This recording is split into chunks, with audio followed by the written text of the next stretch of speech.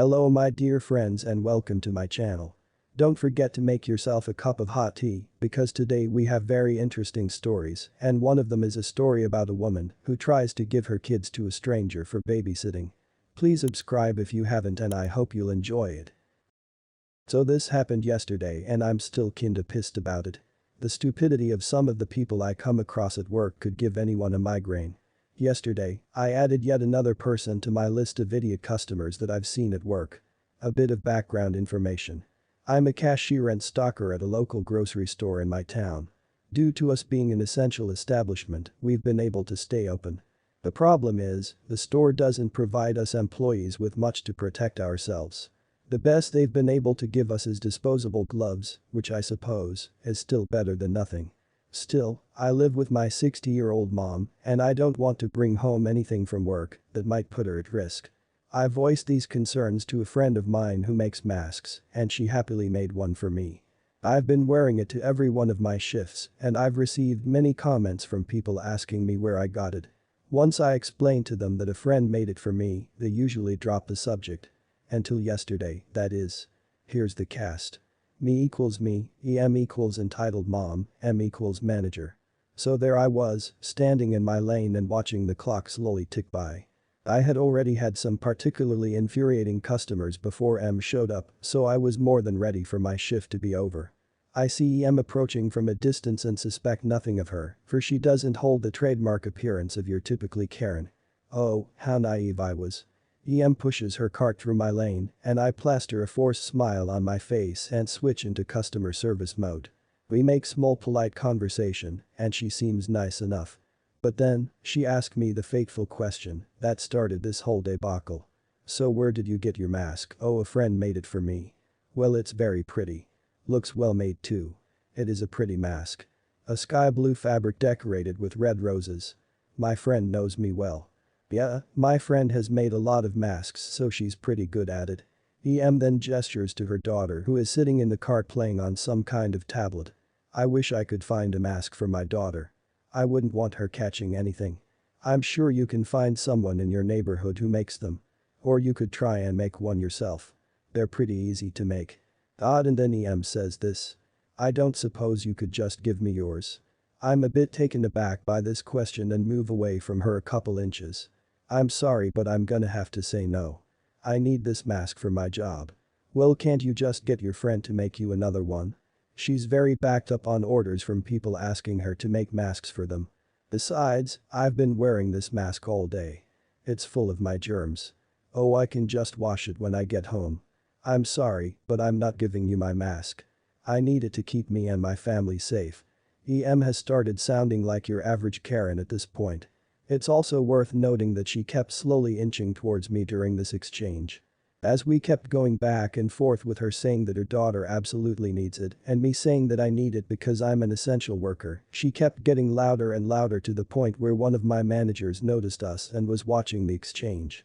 After another minute or so of going back and forth, EM suddenly lunges forward and tries to grab at my mask. I am able to move my head way back and avoid her, but her fingers almost grazed the fabric. That was enough for the manager to step forward and put a stop to her antics. Ma'am, I'm going to have to ask you to leave. But this woman just stole my daughter's mask. My daughter needs it. Ma'am, I was watching the whole exchange and I know that that's not true. Leave now before I call the police. At the mention of getting the cops involved, EM realized that she could easily get arrested since we also have cameras over all of the check stands. She lifts her daughter out of the cart and leaves in a huff with no groceries and no mask. Thank God for my vigilant manager. Man, she is really crazy. You definitely need to file a police report to get her arrested for assault before she attacks someone else. The parent here is more idiotic than entitled, but just his first sentence in the story makes him relevant for here, in my opinion. This happened a few years ago in a parking lot of a mall I was going to with my mom. Mid-July, nearly 39. When we get out of the car, I saw a movement at the corner of my eyes in the car behind us. I thought it was a dog at first, and I said to my mom, what idiot leaves a dog inside a car when it's so hot? When I looked again, I saw that it was a baby, a 1-year-old girl, sitting at the back. I alarmed my mom, but she thought that I was kidding. I was messing around and telling crappy jokes for the past 30 minutes ride, and I was the kind to make some dark humor jokes like that. But she didn't believe me. I bolted inside the mall, saw a security guard and informed him, with a number plate I'd memorized. He made a call through the speakers, saying if you're not at your car in 2 minutes, say goodbye to your passenger door. I lead him to the car, my mom following us, dumbfounded by this actually being true, and also infuriated. The security stopped her from smashing the conductor window right there, and we waited, waving at the girl who seemed conscious through the tainted windows. A man arrived, yelling murder when he saw us. Stop, stop, that's my car. There's my daughter inside. Yes, you moron, there's your daughter inside. Open the doors, now. He unlocked the car and at the SG request, took the baby outside. The car was an oven, she was soaking wet, covered with sweat, and started crying the moment she felt the relatively fresh air outside. The SG guided us inside and gave a cup of room temperature water to drink for the baby. When he got the cup of water in his hands, well, the SG explained to the cashier what was happening. The had the audacity to drink at it first. My mom exploded, screaming at him to give it to his daughter in such colorful language I have to this day no idea of how to translate it. He really didn't seem to understand what was happening. He actually tried to go back to his half-full cart when the girl had finished her cup. The SG stopped him just by putting a hand on his shoulder. SG and complied at every single word. Stay right there. My colleague will take your baby, okay. There. Sit down. We're waiting for the police and for the ambulance to arrive. Stay calm. Breathe. Your daughter is okay, but we have to make sure of what happened, okay. Okay. The after 2 minutes, to the cashier who was holding his daughter and giving her water non-stop. Maybe give her another cup of water, it's hot. SG, raising his voice, I straightened my back hearing him, like when your dad yells at your brother and you just want to make sure you don't draw his attention. Dude, shut the hell up, the police are on the way. Complied again. And we just left. We were just standing there, low-key hoping to see SG kick Oz butt, and we were totally useless for the most part. So I gave my info to the SG and we went on our merry way. When we exited the mall, after approximately half an hour, the guy was gone, the daughter was gone, the car was still there, and the SG waved us goodbye with a big smile. We just assumed everything had gone well. I received a phone call 2 days later of the police, told and confirmed what happened, and learned that was facing a fine, years of prison, and had already lost the custody of his child. And thinking of that day is how I managed to be proud of myself every once in a while. How can this guy be so stupid to leave his baby in a hot car? No matter what the reason, don't leave your child alone in the car. You're a hero for saving that kid. You deserve to feel proud of yourself every now and then. This literally just happened and I'm actually shaking with rage and adrenaline to the point I'm having trouble typing, but writing stuff down gets it out of my system so.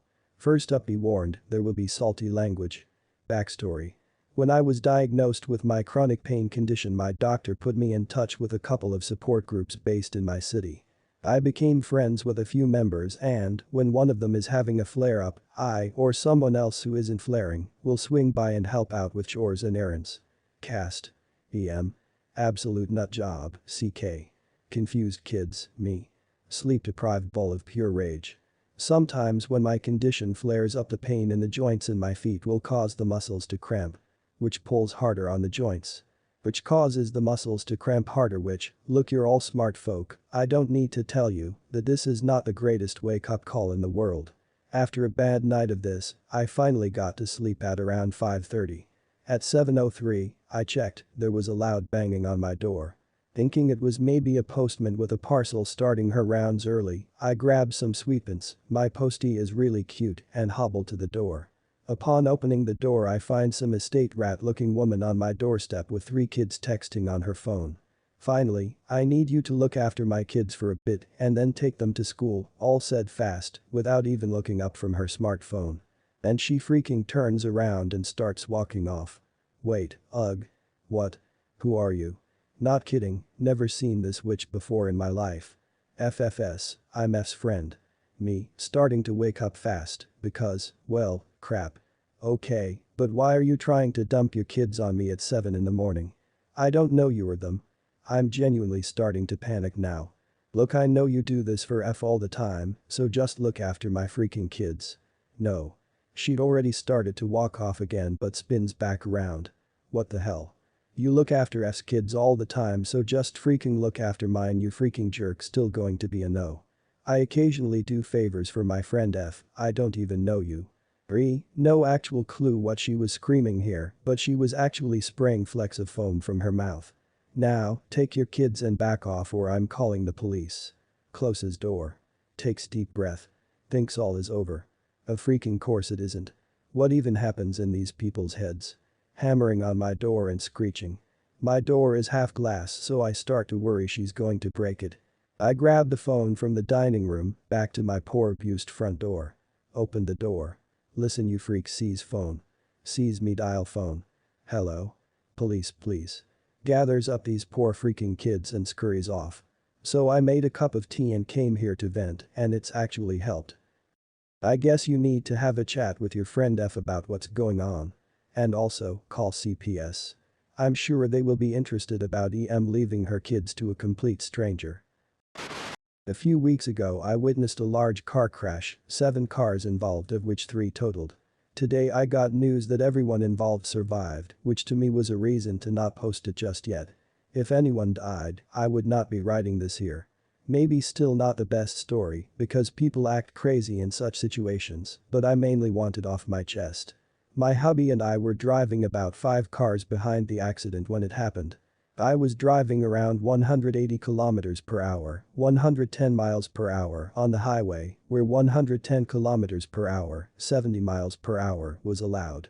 He raced past us, and my husband said something along the lines of he is going to get in an accident one day, and not a second later the guy crashes into someone changing lanes. They spin out of control, crash into another car and hit some more before stopping. We are both enjoying a basic medical and advanced first aid training. My hubby though has worked at the Special Forces and me through the Red Cross Emergency Response Team. For that job I always have my uniform in the back of my car. If I get called, I need to be able to hop in and head to an emergency site as quickly as possible. So my gear is ready to go. We stop, I grab my jacket and the suitcase with my equipment, tell the first few bystanders I pass to call the emergency services. My husband is already moving through the site to check for hazards, like leaking fuel, which wasn't the case, thanks to a miracle of the car gods. I was already looking over every casualty to make initial urgency checks. I would be in charge of everyone stopping to help, because I was the only one in uniform until the ambulance and police arrive, at which point they get charge, so I had to make sure that I knew who needed treatment. I got approached by a few people who have some form of training, be it a first aid course from work or being a trained nurse. I mainly get them to take the minorly injured behind the guardrails and treat them if possible. On to our entitled mother. Her car was hit on the side, damage to the passenger side door. She seemed shaken but okay, her son appeared to have a broken arm, nothing major. I move on to the next car and spot some signs of neck trauma. Right away he is on the top of my list. I tell hubby what I suspect, and he starts his work to check vitals together with a nurse who had stopped to help. I move on to check on the others. I had 2 cars left and I didn't want to miss any major casualty. Of those 2, only the speeding car has another major injury. I will spare you the details, but it appeared later that something laying around in his car hit him in the head, leaving a crack in his skull. Not good. I call one of the people on the phone over and tell everything that I find and do, so he can relay it to the emergency services. At this point, EM comes running to me with eyes the size of a full moon, holding her son and his broken arm. Miss, you just walked away, my son needs help. Correct, because this man needs my help more. I brushed her presence off. Anyone would be in shock at such moments, so I understood her having her priorities mixed up. Yes, but you can't just walk away when seeing my son needs help. You are a doctor, I'm not, but she thinks me to be one, you are obligated to help. Madam, this man has a way worse injury, can I focus on my work? EM, now with arms firmly in her sides. I demand that you help my son, his arm is broken. And this man can die, please take your son behind the guardrails. I will be with you when the ambulance takes this man from my hands. My son could maybe die as well, you don't know without checks. She starts to pull on my shoulder, which I just try to shrug off as I am currently checking vitals. An interruption would require me to start over and lose time. Meanwhile, the first ambulance had seemingly arrived and they are working on hubby's case. He therefore had joined me and EM, which I had not yet noted due to my focus on my patient who was getting trouble breathing.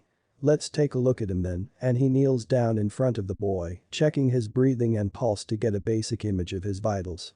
EM mumbles something along the lines of finally someone who does something. Hubby gets back up and gives the boy a hand. You are a brave boy, not even a single tear from you. Let's get behind the guardrails now, that way you will be safe. He ignores EM and guides the boy to the rest of the patients. He needs help right away, right? Tell this woman. You boy might die. Audibly scoffs at me. In 80 years or so, maybe longer. For now, he is doing good enough to be fine. I would like to have seen EM's face at that point, but I was too focused on the man in front of me, who ended up surviving and losing his driver's license. The cop who saw it happen offered me to make a case of it due to her attempt to obstruct a professional who was working to save a life, but honestly, I don't want her to get such a thing in her file. To me, she was just a worried mom who wanted her son some aid. Be it in an entitled way. Drive safe, folks. I get her concern, but people need to understand that there is more than one patient in the hospital. Some patients need more help at the immediate moment, whereas others can wait a little longer. Well guys, that's it for today. If you end up enjoying this video, please consider subscribing, and if you missed the last episode on the channel, I'm gonna link it right here. The story is about a woman who calls the police on OP for taking medication. Check this out if you haven't, and I'll see you in my next video.